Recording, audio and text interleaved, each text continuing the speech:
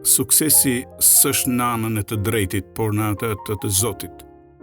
Shpreha suksesi nuk është në anën e të drejtit, por në atë të Zotit, përmban një analizë të fuqishme të realitetit ku triumfi nuk i takon domosdoshmërisht atij që ka të drejtë, por atij që ka aftësi, zgjuarsi dhe mjeshtri për të realizuar atë. Ky përkufizim shtron një dilemë të njohur etike. A është drejtësia një garanci për sukses?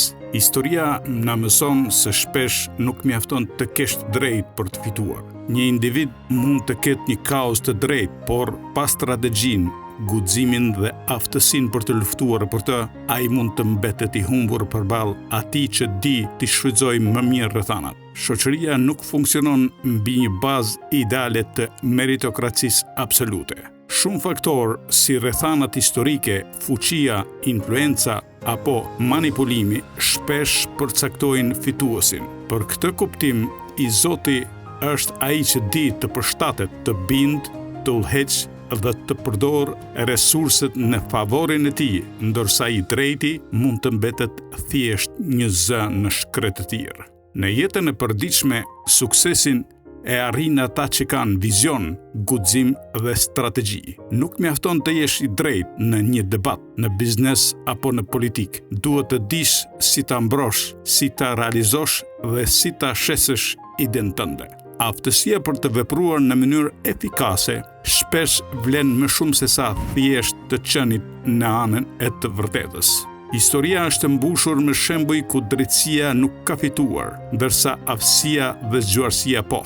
Aleksandri i Madh, një nga figurat legjendare të historisë, nuk ishte domosdoshmërisht më i drejtë, por ai ishte i Zoti në artin e luftës dhe strategjisë. Perëndoritja ngritur dhe kanë rënë jo sepse kishin kauza më të drejta, por sepse kishin njerëz që dinin si të fitonin betejat. Fraza suksesi nuk është në anën e të drejtit, por në anën e të Zotit na fton të shohim suksesin jo vetëm nga prizmi moral, por edhe nga i praktik. Kjo është një thirrje për të mos u mbështetur thjesht te drejtësia e kauzës, por për të zhvilluar aftësitë, strategjitë dhe inteligjencën për të realizuar qëllimet. Në fund të fundit, suksesi nuk vjen vetëm nga e drejta, por nga fuqia për ta bërë atë realitet. Gjithsa kaq, a është e drejtë? Jo, nuk është e drejtë, por është e vërtetë dhe e vërteta shpesh dhëmb, po kaq sa një padrejtësi.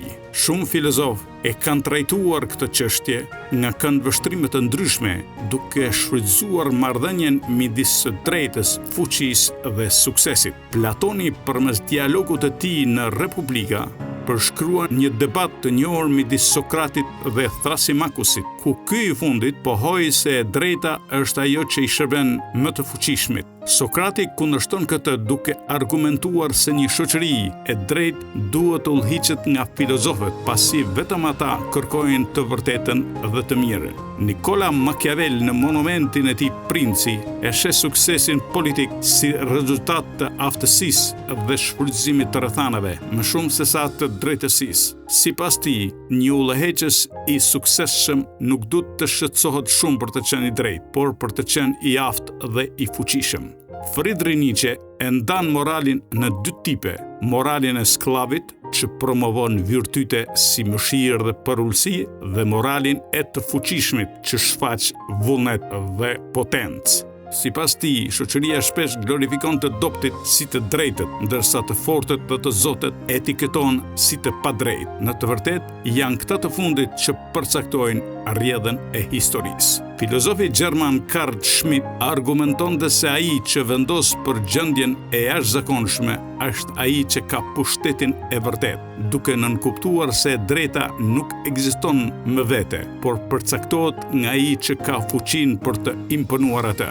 E megjithatë, suksesi nuk është në anën e të drejtit, por në anën e të Zotit, sepse duhet të jesh i Zotit që të kesh të drejtë.